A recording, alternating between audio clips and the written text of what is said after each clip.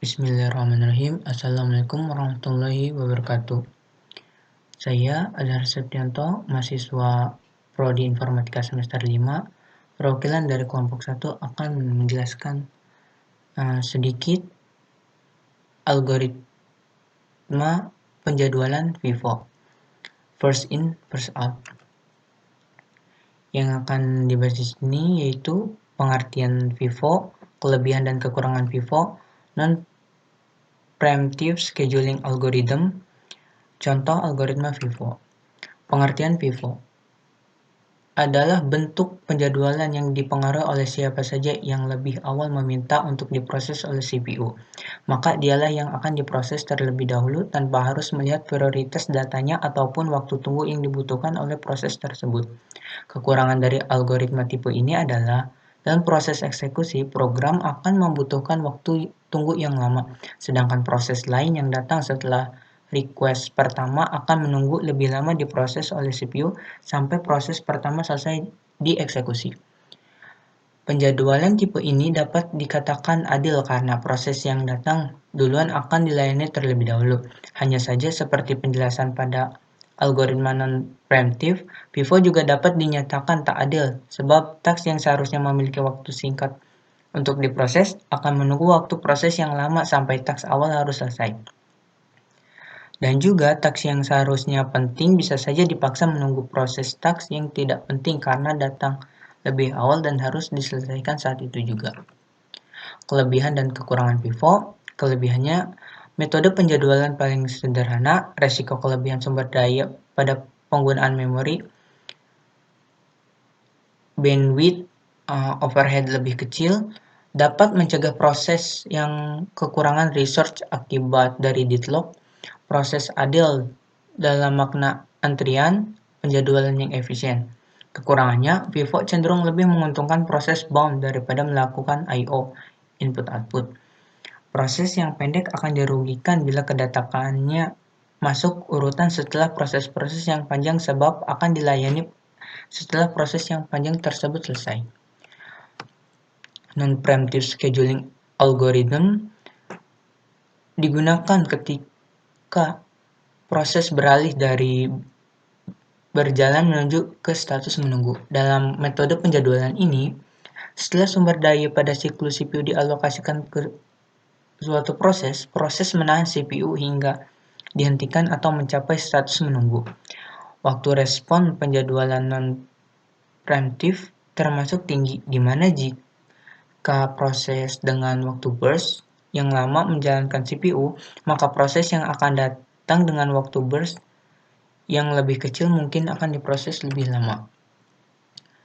Dalam algoritma penjadwalan terdapat beberapa istilah antara lain. Yang pertama, turnaround time (TAT) adalah waktu yang dihabiskan dari saat proses atau job mulai masuk ke sistem sampai proses diselesaikan sistem. Waktu yang dimaksud adalah waktu yang dihabiskan di dalam sistem. Turnaround time sama dengan waktu eksekusi ditambah waktu menunggu. Sasaran penjadwalan adalah untuk meminimalkan turnaround time. Yang kedua ada average waiting time (AWT), rata-rata waktu yang dihabiskan proses selama berada pada status ready, menunggu eksekusi CPU. Throughput adalah jumlah kerja atau jumlah job yang dapat diselesaikan dalam satu unit waktu. Sasaran penjadwalan adalah untuk memaksimalkan jumlah job yang diproses per satu interval waktu. Lebih tinggi angka throughput, lebih banyak kerja yang dilakukan sistem.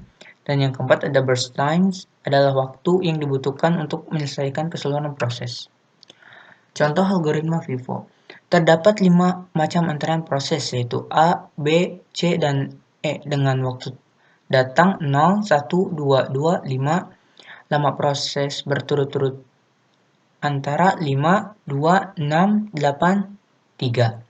Di mana dicari kapan waktu mulai eksekusi tiap antrean proses, waktu selesai eksekusi, total TAT, total AWT. Rumus yaitu TAT sama dengan waktu tunggu ditambah lama eksekusi. AWT sama dengan jumlah TA dibagi jumlah JOB. Waktu tunggu sama dengan mulai eksekusi dikurangi waktu tiba. Detailnya sebagai berikut. ID proses A, B, C, D, E dengan waktu tibanya 0, 1, 2, 2, 5 dan lama eksekusi 5, 2, 6, 8, 3. Jawabannya adalah pada kolom ID proses A, B, C, D, E, waktu tiba 0, 1, 2, 2, 5, lama eksekusi 5, 2, 6, 8, 3, mulai eksekusi 0, 5, 7, 13, 21, selesai eksekusi 5, 7, 13, 21, 24, waktu tunggu 0, 4, 5, 11, 16, dan TAT-nya 5, 6, 11, 19, 19.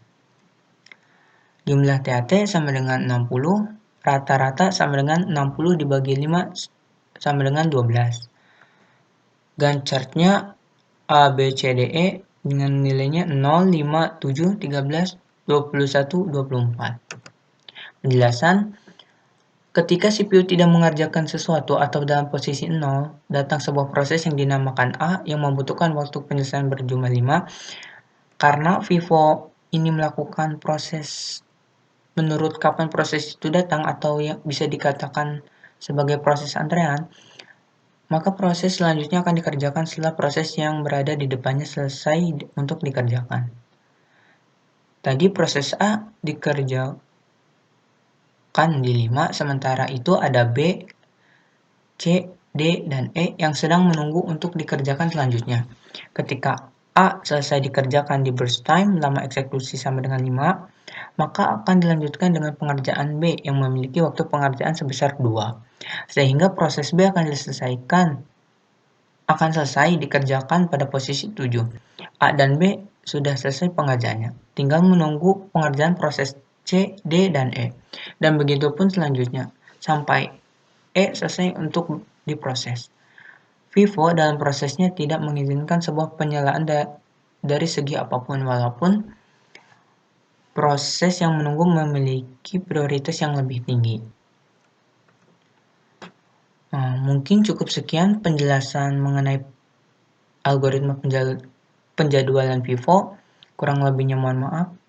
Wassalamualaikum warahmatullahi wabarakatuh.